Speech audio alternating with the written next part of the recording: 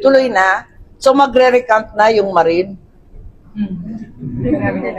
Yun daw ang paputok yung pasabot. Diba?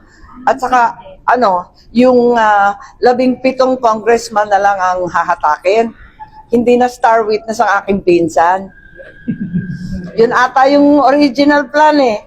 You have information na hindi po darating si Congressman. Bago ata isip, nahiya din sa sarili. Kasi ang dating narinig ko, magiging state witness, siya ang magiging star witness, bibigyan ng witness protection.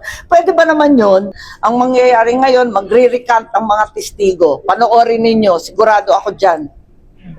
Isa-isa yan na biglang babaliktad dahil pre-measure, tinakot ang pamilya at halos tinutukan ang asawa at anak. Dahil doon, may personal knowledge at matapang na ibinunyag ang lahat.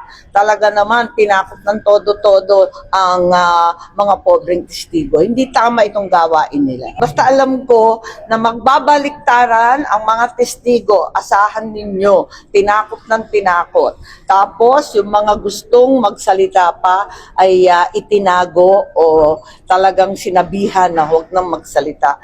Pero ang buong kapulungan nalalaman ng katotohanan. Nakita naman natin ang daan-daang namatay sa flood control.